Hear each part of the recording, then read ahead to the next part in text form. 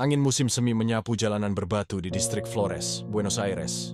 Saat suara tangis seorang bayi pecah dari sebuah rumah sederhana di Jalan Membrillar. Tanggal itu, 17 Desember 1976, tak ada yang tahu. Di balik tangis kecil itu, tersembunyi takdir besar yang kelak akan menggetarkan dunia. Nama bayi itu adalah Jorge Mario Bergoglio, anak sulung dari Mario Jose Bergoglio, seorang pekerja kereta api sekaligus akuntan, dan Regina Sifori, seorang ibu rumah tangga berdarah Italia. Keluarga mereka bukan keluarga kaya, jauh dari itu. Bineshi hidup sederhana bersandar pada iman dan kerja keras. Ayahnya adalah imigran dari Italia yang melarikan diri dari cengkeraman fasisme Mussolini dengan harapan menemukan kehidupan yang lebih layak di tanah Argentina. Di rumah kecil itu, Jorge tumbuh dalam nuansa cinta, doa, dan ketekunan. Regina, sang ibu, adalah sosok religius yang lembut namun tegas. Ia mengajarkan Jorge kecil untuk berdoa sebelum tidur dan bersyukur setiap pagi. Tuhan punya rencana untuk setiap anaknya, katanya suatu malam, sambil membelai rambut Jorge yang tengah tertidur. Namun hidup tak selalu mudah. Saat Jorge masih kecil, Argentina dilanda krisis ekonomi yang memukul keras rakyat kecil. Di usia 5 tahun, ia sering melihat ayahnya pulang dengan wajah penat dan tangan kotor, hasil bekerja seharian di bengkel kereta. Jorge tidak mengerti kenapa kadang ibunya menahan lapar agar anak-anaknya bisa makan lebih dulu. Tapi satu hal yang ia pahami sejak dini, hidup bukan tentang kelimpahan, tapi tentang berbagi. Waktu berlalu, Jorge tumbuh menjadi anak cerdas dan pendiam. Ia suka membaca, terutama kisah para santo dan martir. Tapi di sanduk keteningannya, ia menyimpan rasa ingin tahu besar tentang dunia. Ia sempat bermimpi menjadi dokter, bahkan jatuh cinta pada seorang gadis di masa remajanya. Tapi sebuah peristiwa mengubah arah hidupnya selamanya. Pada usia 21 tahun, Jorge jatuh sakit parah. Sebuah infeksi paru-paru membuatnya harus dirawat di rumah. Sakit selama berminggu-minggu. Dalam kondisi antara hidup dan mati, ia mengalami pengalaman spiritual yang mendalam. Di tengah rasa sakit yang menusuk dada, Jorge memejamkan mata dan berdoa, bukan untuk kesembuhan, tetapi untuk kehendak Tuhan terjadi dalam hidupnya. Saat itu, aku merasa Tuhan berbicara kepadaku dalam diam, kenangnya kemudian. Seolah ia mengatakan, aku memanggilmu untuk sesuatu yang lebih besar. Setelah sembuh, Jorge membuat keputusan mengejutkan. Ia meninggalkan dunia kedokteran, Cistavia Semuranian dan mengejar kehidupan religius. Tahun 1958, ia masuk novisiat Serikat Yesus Jesuit, ordo religius, yang dikenal dengan semangat pengabdian dan pendidikan. Namun jalan menuju imamat bukanlah jalan yang mulus. Di seminari, Jorge harus menghadapi disiplin ketat, studi filsafat dan teologi yang berat, serta tantangan batin yang terus menguji panggilannya. Kadang ia merasa ragu, kadang ia merasa tidak layak. Tapi dalam keheningan doa, ia terus bertahan. Tuhan tidak memanggil yang sempurna. Ia menyempurnakan yang dipanggil. Begitu prinsip hidupnya. Tahun 1959, Jorge Mario Bergoglio ditahbiskan sebagai imam. Hari itu cuai dalam keheningan kapel kecil. Ia berlutut dengan mata berkaca-kaca. Tangannya gemetar saat menerima berkat penumpangan tangan dari uskup. Di matanya, terbayang wajah ibunya yang dulu mengajarinya berdoa. Ayahnya yang bekerja keras tanpa banyak kata, dan anak-anak jalanan yang kelak akan menjadi bagian dari panggilannya. Menjadi imam bukan berarti hidup nyaman. Jorge memilih hidup di antara rakyat miskin. Ia tinggal di daerah-daerah kumuh Buenos Aires, tidur di kasur tipis, makan bersama gelandangan, dan mendengarkan keluh kesah mereka yang dianggap tak penting oleh dunia. Ia berjalan kaki menyusuri ganggang sempit, mencium tangan para nenek tua, dan merangkul anak-anak pengemis. Ia dikenal sebagai Padre Jorge, imam yang tidak suka formalitas, yang menolak naik mobil mewah, dan lebih suka naik bus kota atau berjalan kaki. Banyak orang mencintainya, tapi juga tidak sedikit yang mencibirnya. Di mata kaum elit gereja, ia terlalu populis, terlalu membaur, terlalu berani menantang sistem. Tapi Jorge tidak peduli. Ia percaya gereja bukan untuk kaum elit, tetapi untuk mereka yang kecil, miskin, dan terlupakan. Ia meminjam kata-kata Santo Franciscus dari Assisi. Tugas kita bukan duduk di menara gading, setia turun ke lebih penderitaan manusia. Dan itulah yang ia lakukan, tanpa pamrih, tanpa gembar-gembor. Namun Tuhan belum selesai menulis kisahnya. Setelah tahbisan imamat pada tahun 1999, Jorge Mario Bergoglio bukan hanya menjadi imam, tetapi menjadi gembala sejati. Ia tidak mendekap kekuasaan, ia mendekap luka-luka umatnya. Dan dari sanalah Tuhan mulai menempanya. Bukan dengan kemewahan, tapi dengan penderitaan. Tahun 73, di usia yang masih sangat muda, hanya 36 tahun, Jorge ditunjuk menjadi provinsial Jesuit di Argentina. Sri dan tanggung jawab besar di tengah gelombang badai besar yang sedang mengguncang negerinya. Argentina tengah memasuki masa paling kelam dalam sejarah. La Guerra Sucia, atau Perang Kotor. Pemerintahan militer yang berkuasa saat itu tidak mengenal belas kasih.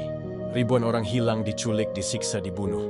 Mahasiswa, jurnalis, aktivis, siapapun yang dianggap berbahaya bagi kekuasaan bisa lenyap dalam semalam. Di tengah teror itu, gereja pun terbelah antara diam karena takut atau bersuara dan dibungkam. Jorge memilih jalan yang sulit, melindungi mereka yang dikejar. Di dalam diam dia menyembunyikan korban-korban penindasan di sekolah-sekolah Yesuit, membantu mereka kabur ke luar negeri, dan memfasilitasi pertemuan rahasia antara pihak keluarga korban dan organisasi HAM. Tapi jalan itu tidak tanpa luka. Dua imam Jesuit di bawah tanggung jawabnya, Orlando Yorio dan Francisco Jalic, diculik dan disiksa selama 5 bulan. Tuduhan pun datang bertubi-tubi. Jorge dianggap tidak cukup melindungi mereka. Meski kemudian terbukti bahwa ia justru berjuang keras membebaskan mereka, peristiwa itu menjadi bayangan kelam dalam hidupnya. Sampai puluhan tahun kemudian, Jorge membawa luka batin itu dalam diam. Ia tidak membela diri. Ia tidak membuat klarifikasi panjang. Ia hanya berdoa. Tahun-tahun setelahnya, Jorge mengalami masa pengasingan batin. Ia dipindahkan ke kota Cordoba. Di sana selama hampir 2 tahun, ia menjalani hidup sunyi. Tidak banyak berbicara, tidak memimpin karya besar. Ia hanya renggir, berdoa, berpacunda serenunggar. Banyak yang mengira karirnya di gereja telah berakhir. Tapi justru dalam kesepian itulah Tuhan mengobarkan kembali nyala api dalam jiwanya. Aku belajar dari keheningan, dari rasa gagal, dari luka yang tidak segera sembuh. Itulah saat Tuhan benar-benar mendidikku, ucapnya suatu ketika. Waktu berlalu, Tuhan perlahan membawanya kembali ke garis depan. Tahun 1992, ia diangkat menjadi Uskup Auxiliar Buenos Aires. Lalu pada 1998, menjadi Uskup Agung. Gelar demi gelar datang, tetapi Jorge tetap sama, rendah hati, sederhana, dan tak pernah melupakan akar pelayanannya. Ia menolak tinggal di istana keuskupan. Ia memilih tinggal di apartemen kecil, memasak sendiri makanannya, mencuci pakaiannya, dan naik bus umum ke kantor keuskupan. Ia tidak mau dijemput dengan mobil mewah. Ia menolak protokol berlebihan. Saat para uskup lain berdiri dalam upacara resmi, Jorge kadang terlihat sedang mengunjungi rumah sakit, kusta atau menyambangi penjara. Tahun 2001, Jorge Mario Bergoglio ditunjuk menjadi kardinal oleh Paus Yohanes Paulus II. Saat upacara pelantikan di Vatikan, semua kardinal mengenakan jubah merah baru, simbol darah para martir. Tapi Jorge datang dengan jubah lamanya yang sudah usang dan kusut. Ia menolak membeli yang baru. Katanya, uang itu lebih baik untuk orang miskin. Sebagai kardinal, Jorge menjadi suara kenabian di tengah hiruk-pikuk kekuasaan. Ia menyodorkan keadilan sosial, mengecam sistem ekonomi yang menindas rakyat kecil, dan meminta gereja keluar dari temboknya untuk menyentuh mereka yang tersingkir. Ikis menyebut kemiskinan bukan sekadar statistik, tapi wajah si konkret Yesus yang terpinggirkan. Namun di balik semua itu, Jorge tetap menyimpan luka masa lalunya. Ia terus mengunjungi keluarga para korban perang kotor. Ia mencium tangan para ibu yang hilangkan anaknya. Ia berdoa dalam diam di tempat-tempat penyiksaan masa lalu. Ia masih gak menyangkal masa kelamnya, justru merangkulnya sebagai bagian dari salib hidupnya. Dan di tengah semua itu, sebuah kejutan besar datang dari Tuhan. Tahun 2013, dunia Katolik diguncang kabar tak terduga. Paus Benediktus XIX mengundurkan diri. Ini adalah kejadian yang belum pernah terjadi. Dalam hampir 600 tahun sejarah gereja, jutaan umat di seluruh dunia tercengang.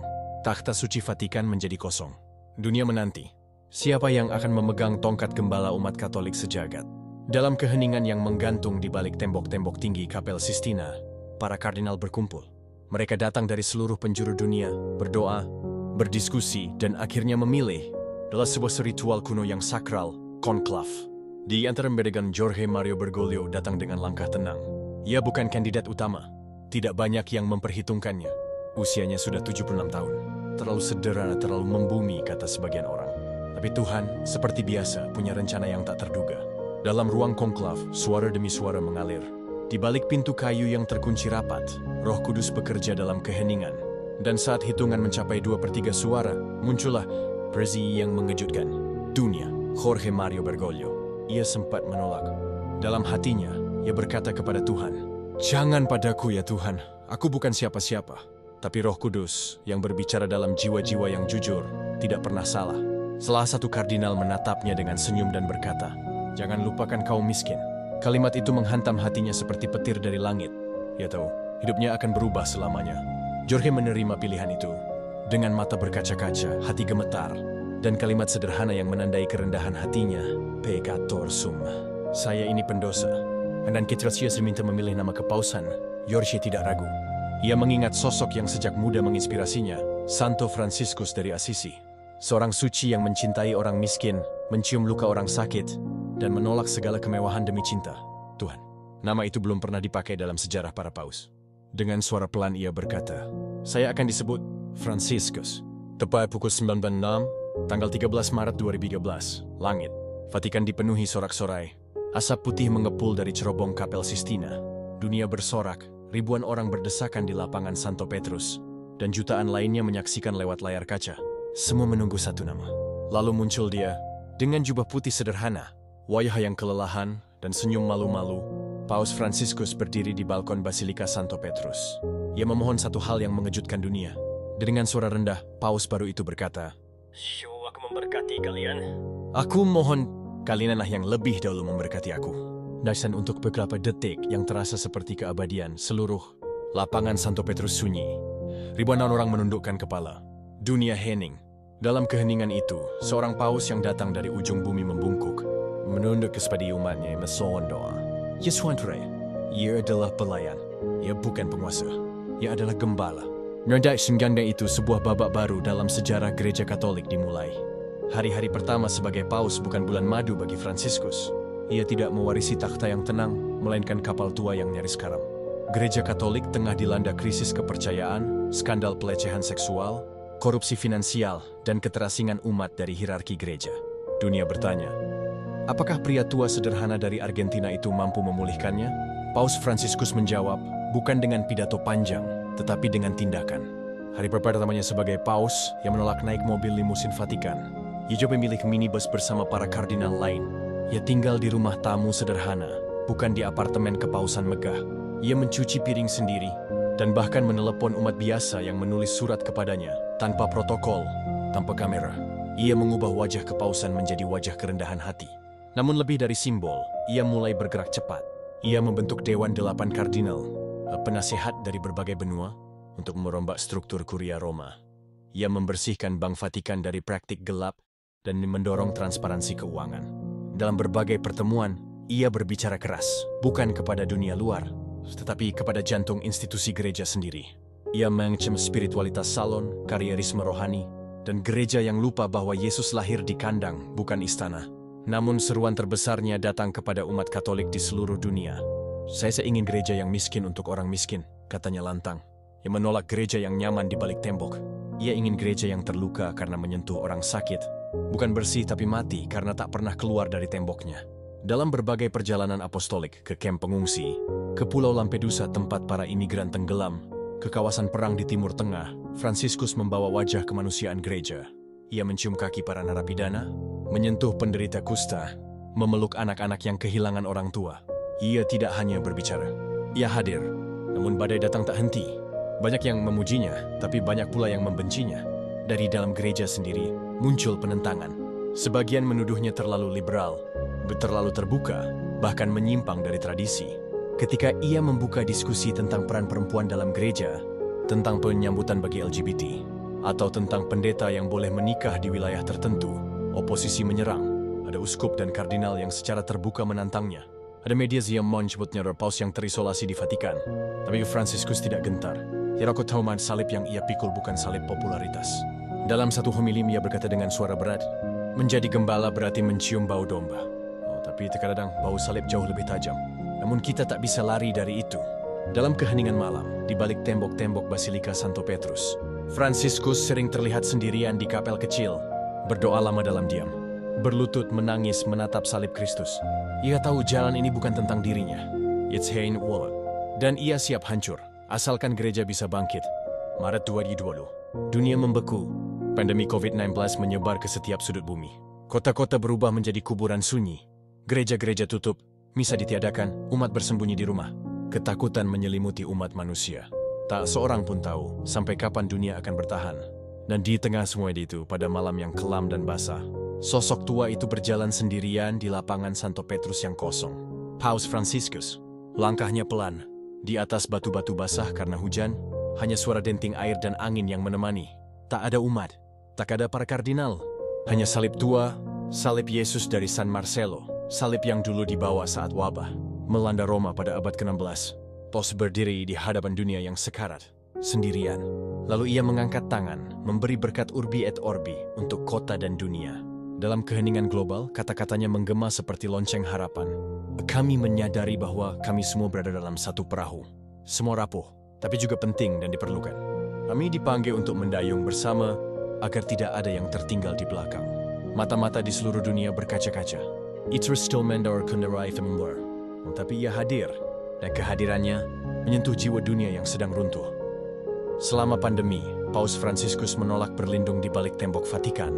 Ia meminta agar bantuan dikirimkan ke negara-negara miskin. Ia mengirim ventilator ke rumah sakit kecil. Ia menelepon uskup-uskup di pelosok Afrika. Ia menulis surat untuk para nakes dan petugas kebersihan, menyebut mereka sebagai pahlawan iman. Dalam masa-masa gelap itu, ia menjadi cahaya kecil yang terus menyala. Namun tak hanya pandemi yang menguji dirinya. Dunia dilanda krisis demi krisis, perang, ketidakadilan, bencana iklim. Dan Paus Fransiskus, kendati usia terus menua dan tubuhnya melemah, tetap memanggil suara kenabian. Ia menjadi paus pertama yang menyapa umat muslim secara langsung dalam kunjungan ke Irak. Di reruntuhan Mosul, tempat ISIS pernah berjaya, dari reruntuhan ini, kita harus membangun kembali bukan hanya bangunan, tapi hati kita. Ia berbicara lantang soal perubahan iklim, menyebut kerusakan bumi sebagai dosa terhadap generasi masa depan. Ia mengecam politik kebencian, membela para pengungsi, dan merangkul mereka yang dianggap berdosa oleh dunia. Ia merobohkan tembok-tembok penghakiman. Ia membangun jembatan. Namun semua itu tak lepas dari rasa sakit. Lututnya mulai lemah, badannya sering gemetar, dan penyakit lama mulai kembali.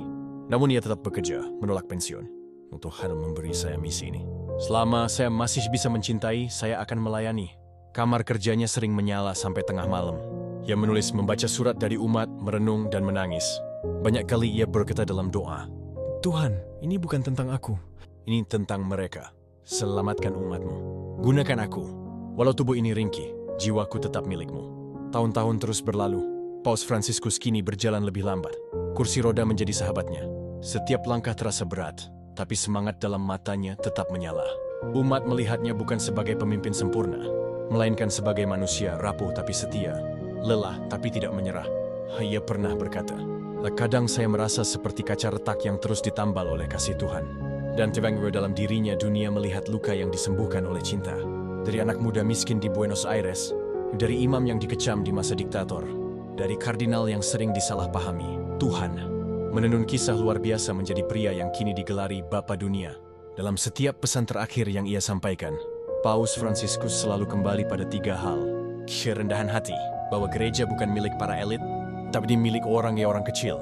Belas kasih, bahwa Tuhan lebih peduli pada mereka yang jatuh, bukan mereka yang merasa sempurna. Harapan bahwa dunia masih bisa diselamatkan, asalkan kita mau membuka hati dan tangan.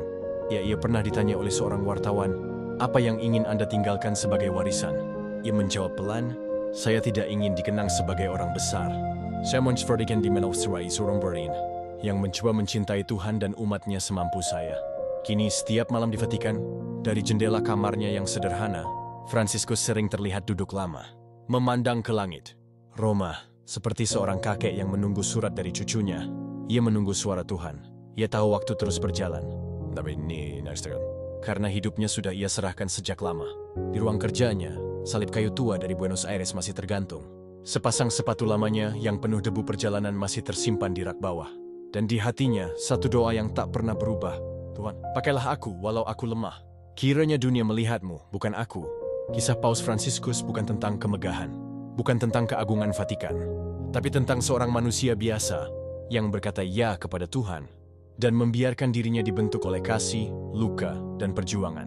Ini yang mengingatkan kita bahwa gereja bukan museum orang suci, tapi rumah sakit bagi orang berdosa, bahwa kesederhanaan lebih kuat dari popularitas, dan bahwa cinta, meski diserang dari segala arah, tidak pernah gagal. Fransiskus adalah saksi hidup dari kebenaran sederhana. Tuhan bisa mengubah siapa saja, bahkan anak dari rumah miskin Buenos Aires, menjadi suara harapan bagi dunia.